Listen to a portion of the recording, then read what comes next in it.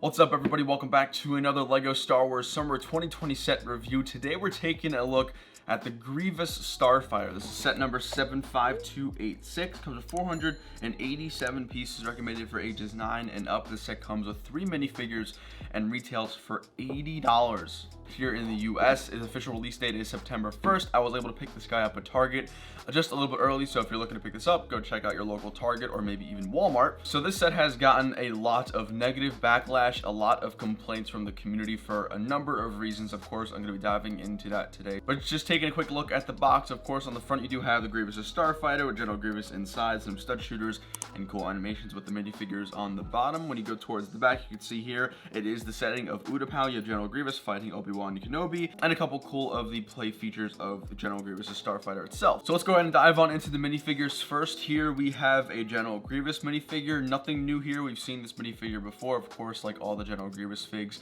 we do get 4 lightsabers. 2 of them are green, 2 of them are blue. So he does come with 4 lightsabers, which is nice. I'm actually a pretty big fan of this Grievous. I do like the way it's made. I love the way that the face and that sort of mold is just created. So overall, pretty good figure. Nothing too crazy about that one. Up next here, we have yet again another airborne clone trooper, another 212th airborne clone trooper. There was a lot of distaste for this minifigure being in the set. We could have gotten a Commander Cody or even just a normal plain 212th. I think this is like sort of one of the last options we would have rather had as a community, but I have to say it is nice to get another airborne clone trooper in a set. The last time we got one was in the 212th Utapau battle pack, so it is granted nice to have another 212th airborne trooper figure in here. It's a nice figure. Of course, you can see the helmet and all the orange printing on the front with the waist cape and of course the blaster, so I don't have any complaints about the minifigure itself. It's just I would have rather something else, especially for the $80 price point. And last but not least, the huge lazy disappointment that is ObiWan Kenobi. It's the same exact minifigure that we got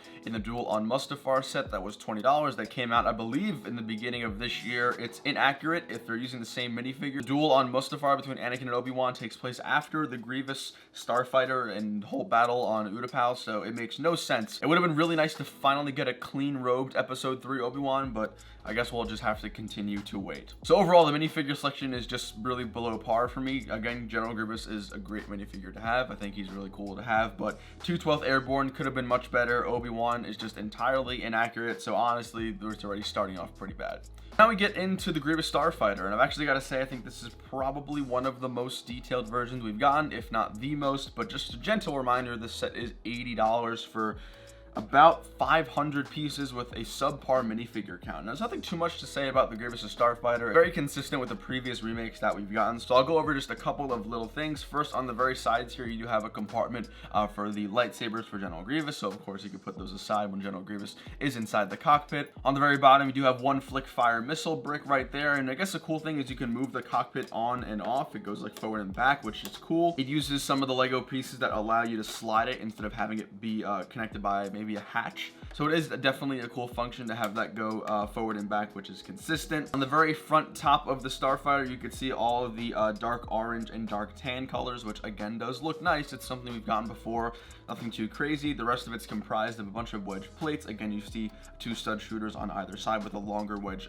brick in the middle. In terms of its holdability, its swooshability, I mean, it's nice. It's definitely a little bit more front heavy, as that's to be expected. The bulk of the build is in the front 2/3 of the build itself, but you can fly it around. It is fun. Of course, you do have the flick fire missiles that did not go anywhere. Let's try this again.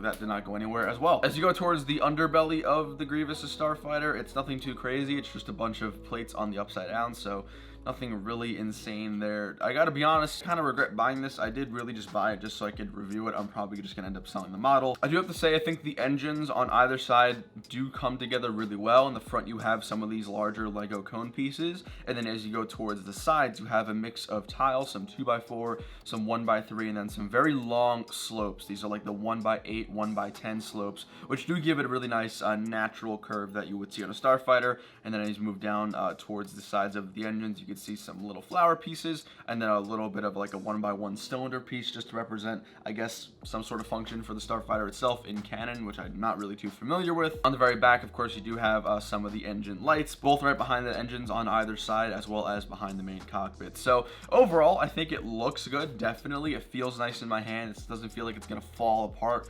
really easily. But when you think of the set as a whole, $80 for really a subpar minifigure collection and I guess a decent looking Grievous Starfighter, I can't say I'd recommend this for 80. If this were priced at 60, I maybe consider it, but there's nothing particular that draws me to buy this set. Again, because the minifigures are just not a great selection. I'm not a huge fan of it. Minifigures are why I buy sets most of the time, so subpar minifigures, Innaccurate Obi-Wan. This is probably the last 2/12 version we would have liked to get. No Commander Cody, and then I guess a good Grievous figure, but it's not like exclusive to the set. So I think the only people who should be buying this, unless you're doing reviews for YouTube and whatnot, are people who have never owned a Grievous Starfighter, who want a Grievous minifigure, who want a 2/12 Airborne, if that's something really important. I've never personally owned a Grievous Starfighter, which is probably about 50% of why I decided to pick up this set. But in all honesty, I'm probably gonna end up selling it. Nothing about this set tells me I should keep it or hold on to it or display it behind me. There's nothing that draws my attention to the set, honestly, so